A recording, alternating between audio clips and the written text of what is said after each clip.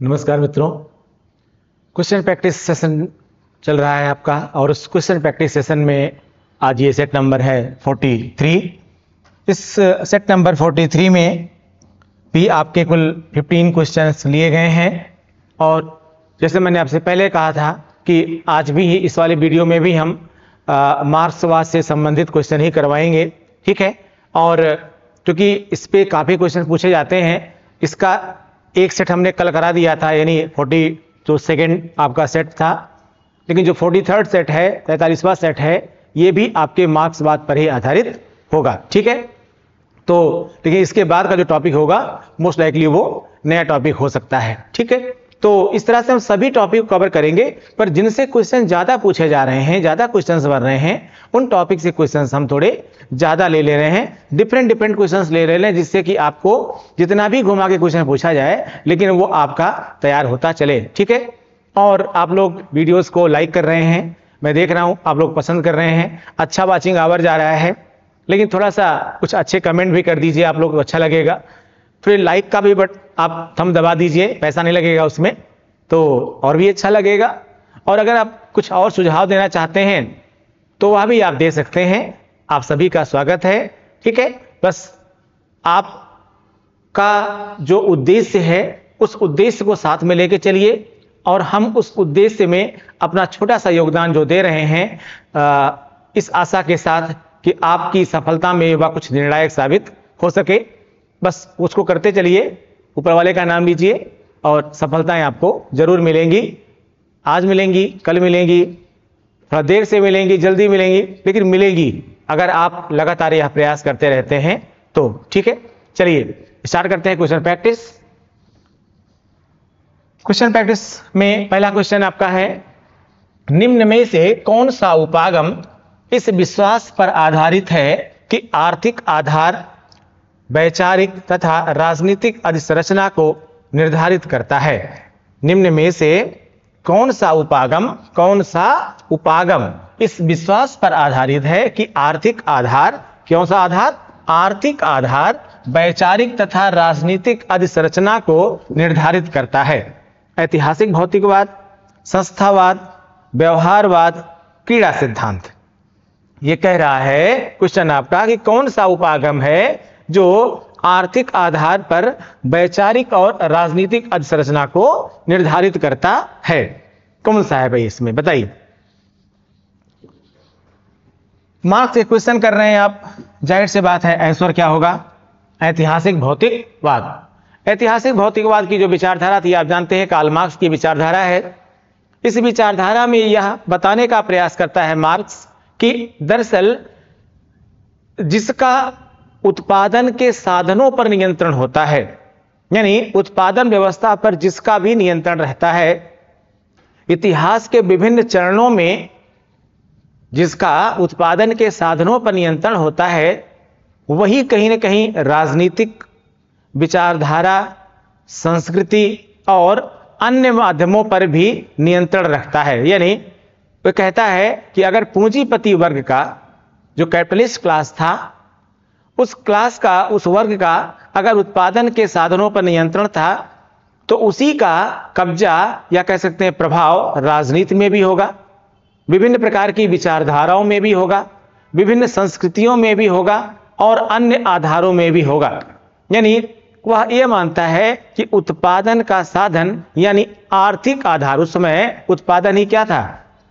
आर्थिक आधार था। तो उत्पादन का साधन यानी आर्थिक आधार ही सभी प्रकार की व्यवस्थाओं का निर्धारक होता है।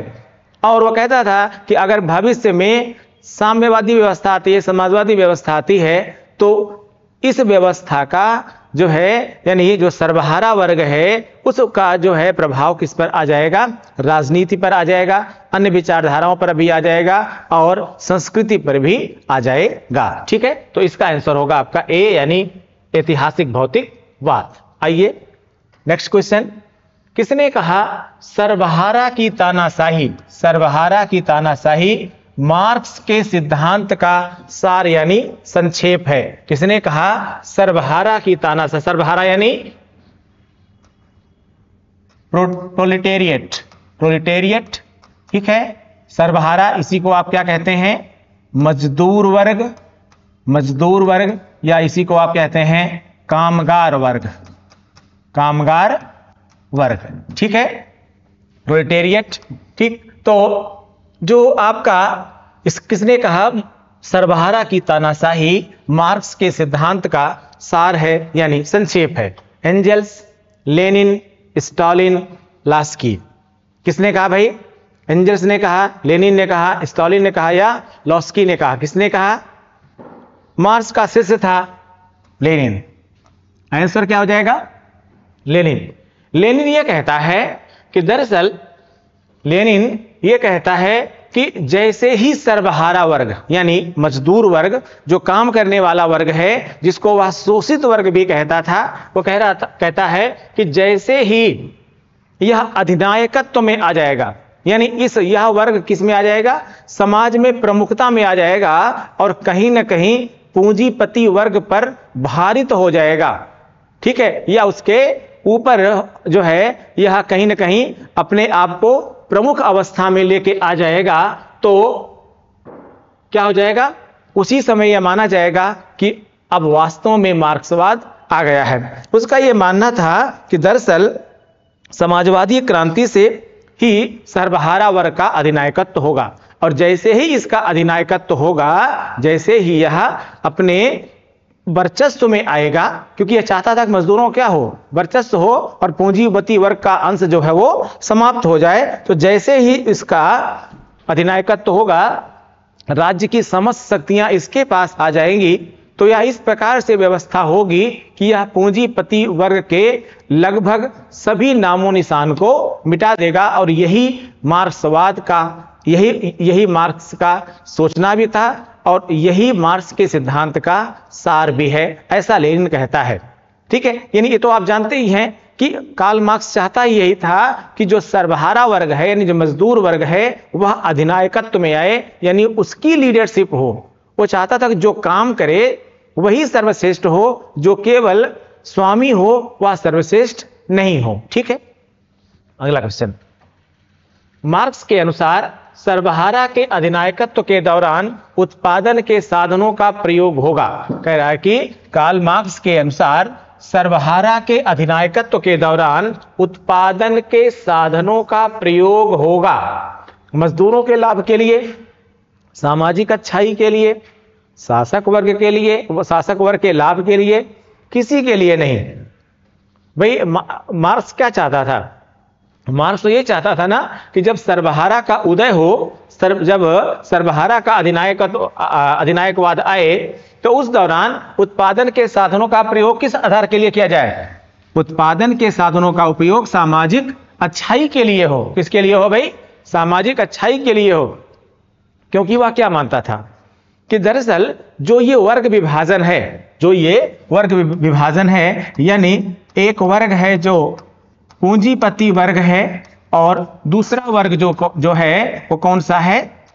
सर्वहारा वर्ग है। इसमें यह क्या कर रहा है?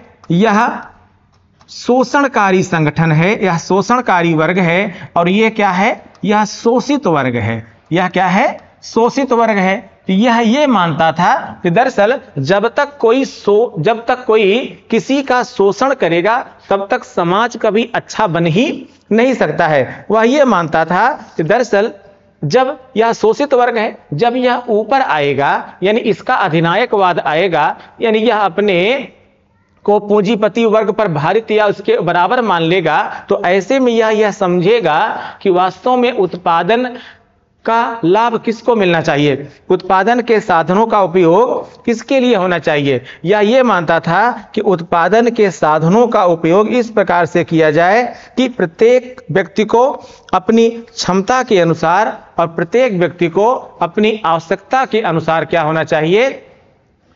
लाभ प्राप्त होना चाहिए, या आर्थिक व्यवस्था के या ऐसी आर्थिक व्यवस्था बनाई जाए जिसमें प्रत्येक व्यक्ति को अपनी क्षमता के अनुसार या अपने कार्य के अनुसार और प्रत्येक व्यक्ति को अपनी आवश्यकता के अनुसार चीजें मिल सके। यानी उत्पादन ही उतना ही होगा, या उत्पादन ही उसका किया जाएगा जिसकी समाज के लिए आवश्यकता होगी। और यह भी मानता था, क्या मानता था? कौन सा? कार्ल मार्क्स यह मानता था कि सर्वहारा वर्ग यह सोचेगा कि किसी को भी फ्री नहीं मिले। वह कहता था केवल बिना श्रम के केवल उन्हें ही मिलना चाहिए। उनमें कौन आएगा? वह मानता था कि बिना श्रम के केवल वृद्धों को, बालकों को और जो फिजिकली चैलेंज्ड हैं, यानी जो कहीं ना कहीं शारीरिक रूप से अक्षम हैं, उनको ही फ्री मिलना चाहिए। अदरवाइज बिना काम के किसी को भी नहीं मिलना चाहिए। यानी जो काम करेगा वही आर्थिक आधार पर भी समृद्ध होगा, यानी वही लाभ के लिए भी उसी को लाभ भी प्राप्त होगा। ठीक है, आइए तो सामाजिक अच्छाई के लिए अगला क्वेश्चन, सतत क्रांति का सिद्धांत किसने दिया? सतत क्रांति, सतत मतलब हमेशा चलने वाली क्रांति। ठीक है, सतत क्रांति का सिद्धांत किसने दिया? मार्क्स ने, लेनिन ने, माओ ने, या इसी को आप कह सकते हैं माओ से तुंग ने, ठीक है, या हो ची मिन ने। आप सभी लोग जानते हैं सतत क्रांति क्या होती है। ठीक है, सतत क्रांति क्या होती है? दरअसल सतत क्रांति मैंने बताया अभी आपको कि ऐसी क्रांति जो लगातार चलने वाली व्यवस्था हो। माओ यह मानता था कि दरअसल क्रांति कोई ऐसी अवधारणा नहीं है जो आज हुई और कल समाप्त हो गई और जो आप चाहते हैं वह आपको मिल जाए। वह यह मानता था कि दरअसल क्रांति एक व्यवस्था परिवर्तन के लिए तो होती है, लेकिन उसके बाद क्रांति को समाप्त नहीं माना जाना चाहिए, बल्कि यह नई रूपरेखा और नई आवश्यकताओं के अनुसार, अपने परिवर्तित स्वरूप के अनुसार लगातार चलती रहनी चाहिए। वह यह मानता था कि दरअसल समाजवादी पुनर्निर्माण की प्रक्रिया ही निरंतर क्रांति की प्रक्रिया है। समाजवादी पुनर्निर्माण की प्रक्रिया ही निरंतर क्रांति की प्रक्रिया है और यह प्रक्रिया हमेशा चलती रहनी चाहिए, क्योंकि उसका यह भी मानना था कि अगर हम इस प्रक्रिया को रोक देंगे, किसके? सामाजिक पुनर्निर्माण की प्रक्रिया को, तो समाज पुनः क्या हो जाएगा? समाज पुनः अपनी लचीली अवस्था में आ जाएगा और फिर वहां पर पूंजीपति वर्ग और सर्वहारा वर्ग की उत्पत्ति हो जाएगी। पूंजीपति वर्ग और मजदूर वर्ग की उत्पत्ति हो जाएगी और फिर से एक वर्ग के द्वारा दूसरे वर्ग का शोषण किया जाने लगेगा। तो यह मानता था कि सतत क्रांति होनी चाहिए, यानी क्रांति लगातार होती रहनी चाहिए। ठीक है, चलिए अगला क्वेश्चन। यहां पर आंसर क्या होगा बताया था आपको मैंने, माओ बताया था। चलिए अगला क्वेश्चन है, श्रमिकों की तानाशाही के सिद्धांत को किसने सुपरिष्कृत किया? कार्ल मार्क्स ने दास कैपिटल में, कार्ल मार्क्स एवं एंजल्स ने कम्युनिस्ट मैनिफेस्टो में, एंजल्स ने origin of family, private property and state में, लेनिन ने स्टेट एंड रिवॉल्यूशन में। कह रहा है श्रमिकों की तानाशाही के सिद्धांत को किसने सुपरिष्कृत किया? ठीक है, बहुत ही अच्छा क्वेश्चन है ये। दरअसल श्रमिकों की तानाशाही कौन चाहता था? श्रमिकों की तानाशाही एक तो मार्क्स चाहता था, उसका शिष्य लेनिन चाहता था। लेनिन ने ही मार्क्सवाद को, जब मार्क्सवाद की व्याख्या किया, किसमें? मार्क्सवाद की व्याख्या इसमें किया था स्टेट एंड रिवॉल्यूशन में। तो उसमें इसने बताया कि दरअसल मार्क्स का अंतिम उद्देश्य ही है कि जो तानाशाही आज पूंजीपति वर्ग की है, वह तानाशाही कहीं ना कहीं मजदूर वर्ग की हो जाए, शोषित वर्ग की हो जाए, सर्वहारा वर्ग की हो जाए। ऐसा वह इसलिए चाहता था क्योंकि वह यह मानता था कि जो श्रम करेगा, उत्पादन के साधनों पर भी अधिकार उसी का होना चाहिए। वह यह मानता था कि जो काम करेगा, बेसिकली लाभ भी, आर्थिक लाभ भी उसी को मिलना चाहिए, बिना काम के लाभ किसी को नहीं मिलना चाहिए। यह कौन मानता था? लेनिन मानता था। दरअसल स्टेट एंड रिवॉल्यूशन 1917 में ये बुक लिखी गई बुक है लेनिन के द्वारा, और इसी में इसने श्रमिकों की तानाशाही को स्पष्ट करने का प्रयास किया था। ठीक है, बाद में 1918 में इसने एक और किताब लिखा था और उसका नाम था प्रोलेटेरियन रिवॉल्यूशन। ठीक है, सर्वहारा क्रांति। सर्वहारा की क्रांति में प्रोलेटेरियन रिवॉल्यूशन एंड रेनेगेड काउस्की में उसने सर्वहारा की क्रांति के द्वारा सर्वनायक या सर्वहारा अधिनायकवाद का सिद्धांत दिया था।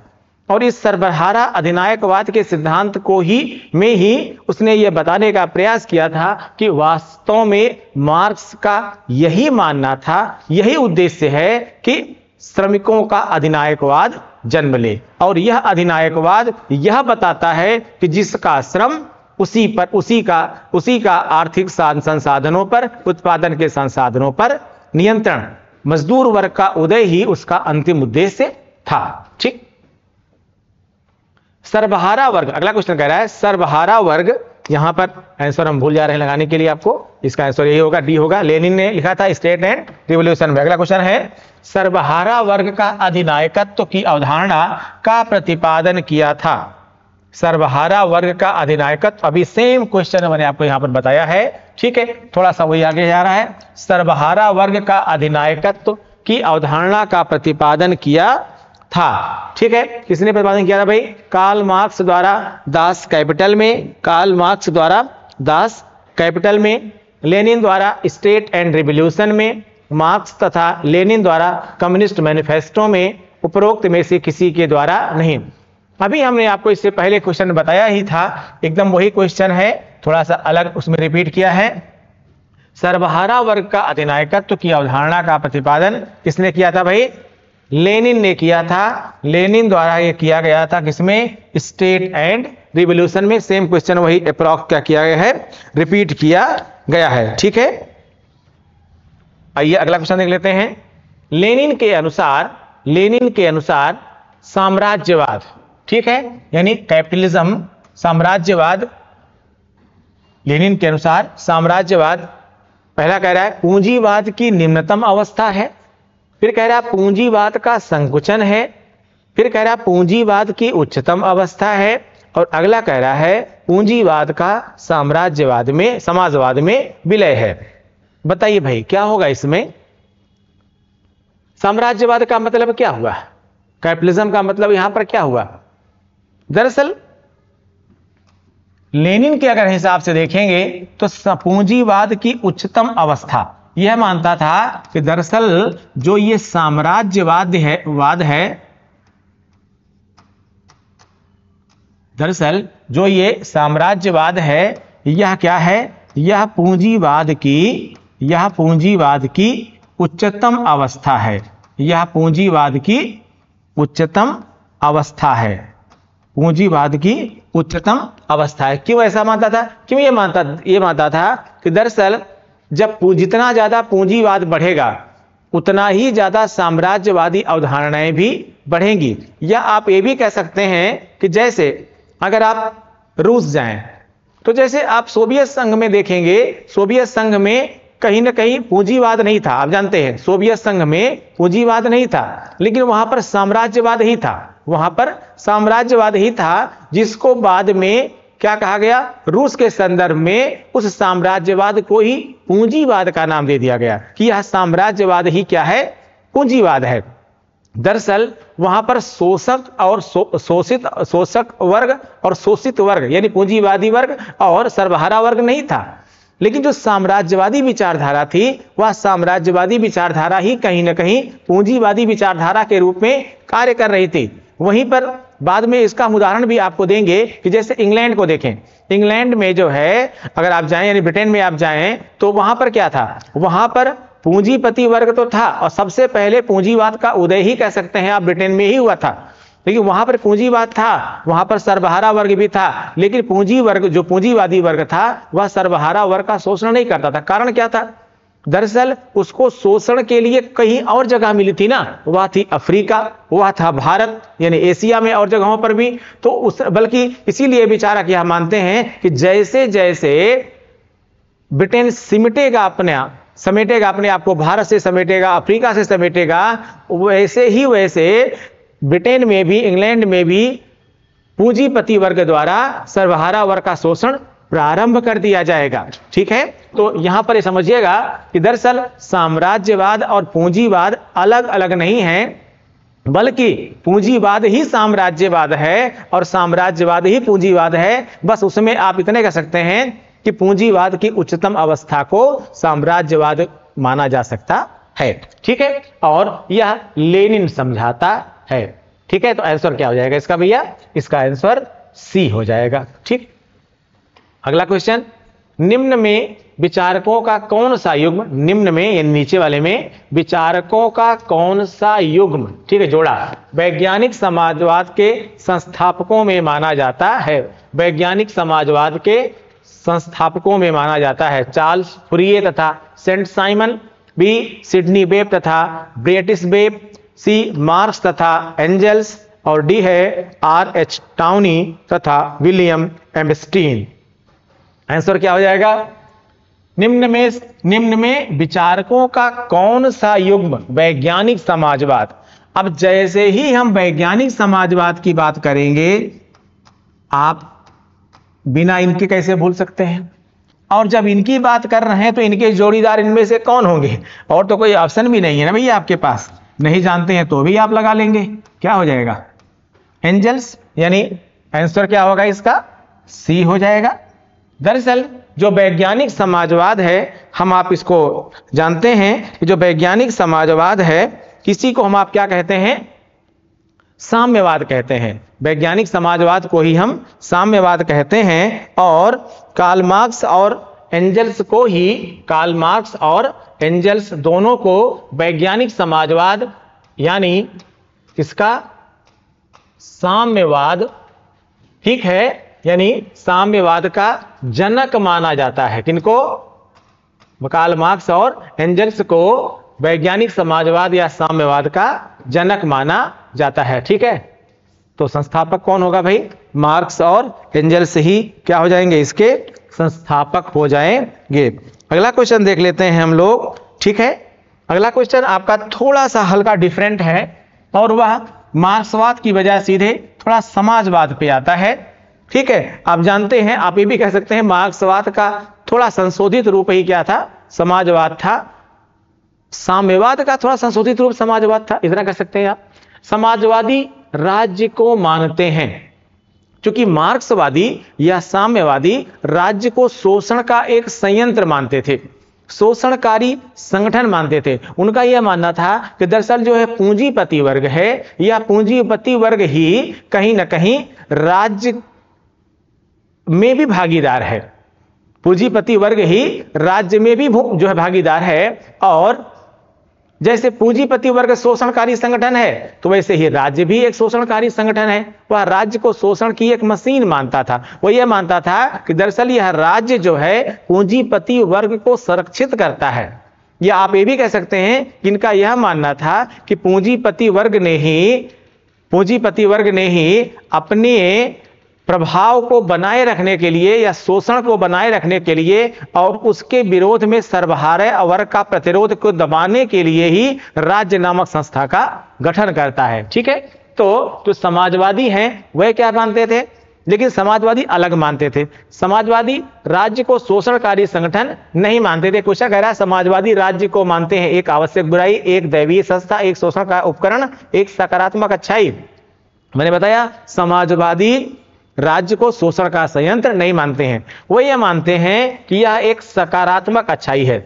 समाजवादी क्या मानते हैं कि यह शोषणकारी संगठन न होकर के यह क्या है? एक सकारात्मक अच्छाई है। उनका यह मानना था कि दरअसल राज्य के, अगर हम उत्पादन और वितरण के साधनों पर राज्य का नियंत्रण कर देंगे, तो ऐसे में राज्य जो होगा वह समाजवादी विचारधारा के तहत सभी को एक जैसा समझेगा। राज्य किसी से भी पक्षपात नहीं करेगा, ना वह पूंजीपति से पक्षपात करेगा, ना ही वह सर्वहारा से पक्षपात करेगा। तो ऐसे में राज्य जो होगा वह वितरण का वह माध्यम बनाएगा जिसमें सभी को लाभ हो सके।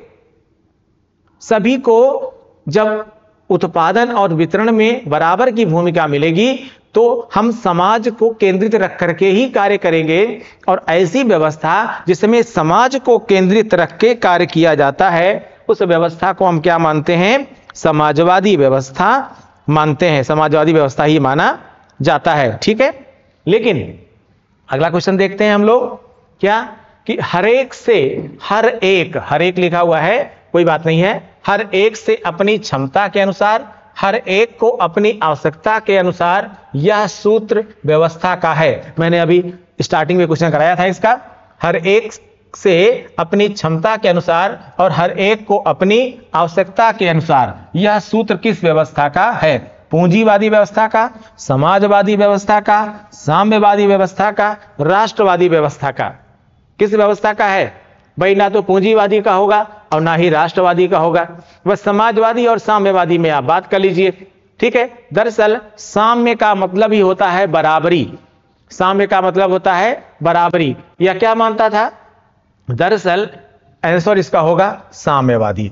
दरअसल अब यहां पर थोड़ा जानिएगा, जो साम्यवादी व्यवस्था है बेटा, साम्यवादी व्यवस्था यह मानती है कि हर एक की अपनी काम करने की क्षमता है, जितनी उसकी क्षमता होगी उसको उतना मिलेगा और जिसकी जितनी आवश्यकता होगी उसको इतना मिलेगा। वह यह कहता था कि किसी को भी फ्री में नहीं दिया जाना चाहिए, कोई चीज किसी को फ्री में नहीं मिलनी चाहिए, केवल वृद्धों को छोड़ करके, बच्चों को छोड़ करके और जो शारीरिक रूप से अक्षम हैं उनको छोड़ करके किसी को भी फ्री नहीं मिलना चाहिए। ऐसे में हर किसी को उसकी क्षमता के अनुसार और हर किसी को उसकी आवश्यकता के अनुसार, जबकि इससे पहले का जो सिद्धांत था, जो इससे पहले का सिद्धांत था, उसमें क्या होता था कि हर किसी को अपनी क्षमता के अनुसार और अपने कार्य के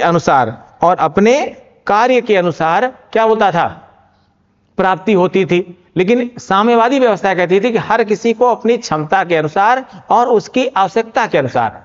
ध्यान समझिएगा, पहले वाली जो व्यवस्था थी वो कहती थी कि हर किसी को अपनी क्षमता के अनुसार और उसके कार्य के अनुसार। आज भी क्या है, जो ज्यादा काम करता है, कुछ थोड़ा सा स्टैंडर्ड काम करता है, उसके पास ज्यादा पैसा हो जाता है। ठीक है, हो सकता है उसकी आवश्यकताएं, उसका छोटा परिवार हो, आवश्यकता उसकी बहुत कम हो, इसके बावजूद भी हो सकता है वो हवेली खड़ी किया हुआ हो। लेकिन जो साम्यवादी व्यवस्था है वो ये कहती है कि आपको अपनी क्षमता के अनुसार यानी काम के अनुसार, लेकिन साथ में यह भी देखा जाए कि क्या आपकी यह आवश्यकता है, इतनी आपको आवश्यकता है या नहीं है। जाहिर सी बात है, आप संचित करेंगे, आपके पास अधिक धन संपदा हो जाएगी और आप एक अलग प्रकार से वर्ग बन जाएंगे। इसका साम्यवादी विरोध करते थे। हर एक को उसकी क्षमता के अनुसार और साथ में उसकी आवश्यकता के अनुरूप ही मिलना चाहिए। यह सूत्र किस व्यवस्था का है भैया? साम्यवादी की व्यवस्था का है, यानी कम्युनिज्म का है, कम्युनिज्म का है। ठीक है, आइए अगला क्वेश्चन देख लेते हैं हम लोग। राज्य के लुप्त हो जाने का विचार संबंधित है। राज्य के लुप्त हो जाने, ठीक है, खो जाने का विचार संबंधित है उदारवाद से, समाजवाद से, साम्यवाद से, श्रेणी साम्यवाद से। बताइए भाई, राज्य के लुप्त हो जाने का विचार संबंधित है किससे? उदारवाद से यानी लिबरलिज्म से, समाजवाद यानी सोशलिज्म से, साम्यवाद यानी कम्युनिज्म से, श्रेणी समाजवाद यानी सीरीज सोशलिज्म से। किससे है बताइए भाई? प्रश्न में ही उत्तर है, आपके क्वेश्चन में ही इसका आंसर है, बशर्ते आप थोड़ा सा ध्यान लगा लें बस केवल। बताइए, सिंपल है। राज्य के लुप्त हो जाना, राज्य को कौन पसंद नहीं करता? उसी में उसका आंसर है। कौन नहीं चाहता कि राज्य हो? भाई वही नहीं चाहेगा कि राज्य हो ना जो राज्य को शोषणकारी संगठन मानता हो। तो राज्य को शोषणकारी संगठन कौन मानता है? साम्यवाद। साम्यवाद क्या करता है? साम्यवाद राज्य को शोषणकारी संगठन मानता है, इसलिए यह चाहता है कि राज्य ना ही रहे, जबकि समाजवाद इसको शोषणकारी संगठन नहीं मानता। वह तो चाहता है कि राज्य रहे, लेकिन वह किस रूप में रहे? वह सकारात्मक भूमिका निभाए, नकारात्मक भूमिका न निभाए। और सकारात्मक भूमिका क्या होती है? सकारात्मक भूमिका वही होती है कि हर एक को उसकी क्षमता के अनुसार और हर एक को उसकी आवश्यकता के अनुसार चीजें मिलनी चाहिए। अगर आप इस तरह से नहीं करेंगे तो फिर से एक पूंजीपति वर्ग बन जाता है। जैसे इससे पहले के प्रश्न पे इससे पहले के हमने सेट में, इसीलिए मैं बार बार कहता हूं कि पिछले सेट्स को जरूर सॉल्व कर लीजिए। जितने भी लोग नए हो चैनल पर वे पिछले सेट्स को जरूर सॉल्व कर लें। और मैं कहूंगा कि आज ही आपका 43 नंबर सेट जा रहा है, तो 4300 में से 1 to 43 पूरा बॉटम टू टॉप पर आइए, सबको सॉल्व कर लीजिए, बहुत फायदा मिलेगा प्यारे बच्चों आपको। ठीक है, मैं फिर से रिपीट कर रहा हूं आपको, समझिएगा क्वेश्चन को। क्या कह रहा है कि कौन नहीं चाहता राज्य, जैसे हमने इसे कल के सेट में 40 सेकेंड में बताया था मैंने आपको कि मार्क्स की समस्या ही क्या थी।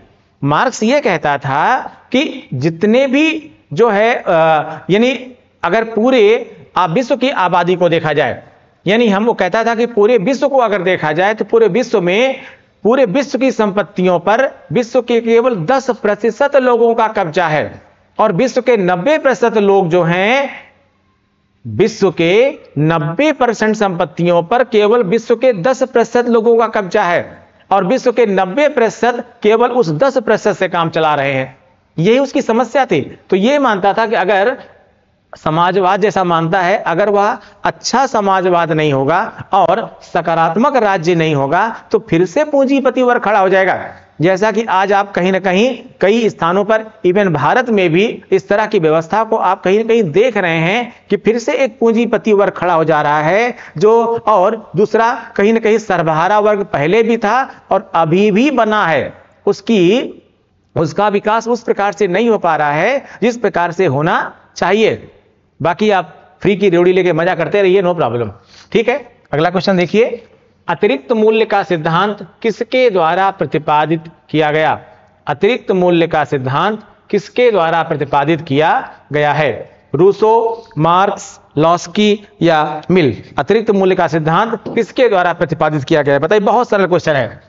अतिरिक्त मूल्य का सिद्धांत surplus value theory of surplus value किसके द्वारा प्रतिपादित किया गया? Rousseau, Marx, Laski, mill?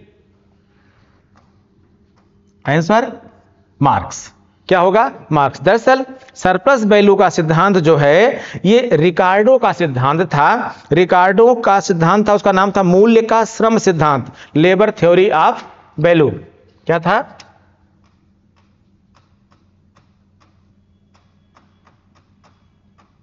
Labour theory of value. और इसी को बेस बना के क्या बनाया गया था? सरप्लस थ्योरी या जो है सरप्लस वैल्यू का सिद्धांत। दरअसल इसके पीछे रीजन ये था कि मार्क्स जो है अतिरिक्त सिद्धांत जो उसने दिया था वह यह मानता था कि दरअसल अतिरिक्त मूल्य, जो ये अतिरिक्त मूल्य होता है, ये है क्या? ये मानता था कि अतिरिक्त मूल्य उन दो मूल्यों का अंतर है जिसे एक मजदूर पैदा करता है और जो वह वास्तव में प्राप्त करता है। ठीक है, वह वास्तव में पाता है। क्या कहता है कि अतिरिक्त मूल्य उन दो मूल्यों का अंतर है। अतिरिक्त मूल्य वह दो मूल्यों का अंतर है जिसे एक मजदूर पैदा करता है और जो वास्तव में वह पाता है। जैसे मान लीजिए कि किसी ने 5 रुपए पैदा किया, मान लीजिए किसी ने 5 रुपए पैदा किया और 5 रुपए में से उसको मिल कितना रहा है? उसको 2 रुपए मिल रहा है। उसको 2 रुपए मिल रहा है और वास्तव में उसको कितना मिलना चाहिए था? भाई अगर उसको 50% भी मिलता तो उसको 2.50 मिलता, 2.5 मिलता, लेकिन उसको कितना मिल रहा है? उसको केवल 2 मिल रहा है। तो उसको नुकसान कितने का हो रहा है कि वह पैदा तो किया उसने 5 रुपए का, लेकिन वो पा केवल रहा है 2 रुपए, तो नुकसान कितने का हुआ? 3 रुपए का। तो सरप्लस वैल्यू के हिसाब से उसका नुकसान कितने का हुआ? 3 रुपए का उसका नुकसान हुआ। आई बात समझ में? यानी अगर हम काम ज्यादा करें और पाए कम, जैसे आज भी अगर सरप्लस वैल्यू के हिसाब से देखा जाए तो आपने कमाया 10 रुपए और आपने उसमें टैक्स वगैरह दुनिया भर का दे दिया करके राज्य को, बचा आपके पास कितना? तो जो बचा आपके पास वही आपका वास्तविक मूल्य हुआ, वही वास्तविक प्राप्ति हुई। जो चला गया वो क्या हुआ? सरप्लस वैल्यू में हो गया। ठीक है, तो एक अवधारणा किसकी थी? कार्ल मार्क्स की अवधारणा थी। अगला क्वेश्चन है, जनवादी लोकतंत्र की अवधारणा संबंधित है किससे? लोकतंत्र की मार्क्सवादी अवधारणा से, लोकतंत्र के विशिष्ट वर्गीय सिद्धांत से, लोकतंत्र के बहुलवादी सिद्धांत से, उपर्युक्त में से किसी से नहीं। ठीक है, बताइए भाई, जनवादी लोकतंत्र की अवधारणा किससे संबंधित है? जनवादी लोकतंत्र की अवधारणा लोकतंत्र के मार्क्सवादी अवधारणा के सिद्धांत से संबंधित है। मार्क्सवादी जो अवधारणा है ये लोकतंत्र के, जनवादी जो लोकतंत्र की अवधारणा है ये मार्क्सवादी अवधारणा यानी लोकतंत्र की मार्क्सवादी अवधारणा से संबंधित है। दरअसल जनवादी लोकतंत्र की अवधारणा विकसित करने का श्रेय जो है चीन के साम्यवादी नेता माओ त्से तुंग को जाता है। दरअसल जनवादी लोकतंत्र की अवधारणा किसने विकसित किया था? चीन के साम्यवादी नेता माओ त्से तुंग ने विकसित किया था। इनका यह मानना था कि दरअसल हमें साम्यवाद को या मार्क्सवाद को एशिया की परिस्थितियों के अनुरूप विकसित करना चाहिए। वह यह मानता था कि हर देश की जो परिस्थितियां होती हैं, विश्व में सभी की परिस्थितियां एक जैसी नहीं है। तो ऐसे में अगर हम जो जनवादी लोकतंत्र की बात करता था, वो कहता था जनवादी लोकतंत्र ये एक ऐसी अवधारणा है जो मार्क्सवाद को एशिया के अनुरूप विकसित करने का प्रयास करती है। ठीक है, यह मानता था कि जनवादी लोकतंत्र जो होगा उसमें सरकार के जो अंग होंगे उनमें बुर्जुआ वर्ग, पेटी बुर्जुआ वर्ग, सर्वहारा वर्ग और किसान इसमें शामिल होंगे। क्या मानता था कि जो जनवादी लोकतंत्र होगा इस जनवादी लोकतंत्र के अंग के रूप में बुर्जुआ वर्ग आएगा, पेटी बुर्जुआ वर्ग आएगा, सर्वहारा वर्ग आएगा और इसी में किसान वर्ग भी आएगा। सभी को सर्वहारा वर्ग ही नहीं माना जा सकता, बल्कि हम अलग अलग जनवादी लोकतंत्र के अंग के रूप में इनको समझेंगे जो एशिया की वास्तविक परिस्थिति के अनुसार होगा। ठीक है, अगला क्वेश्चन देख लेते हैं। निम्नलिखित में तीन ऐसे हैं जो एक दूसरे से मिलते हैं, वह चौथा कौन सा है जो इन तीनों से अलग है? निम्नलिखित में से तीन ऐसे हैं जो एक दूसरे से मिलते हैं, वह चौथा कौन सा है जो इन तीनों से अलग है? पहला है उदारवाद, बहुलवाद, व्यक्तिवाद और अगला है समाजवाद। बहुत दिमाग तो लगाना नहीं है आपको। इसमें भिन्न क्या है?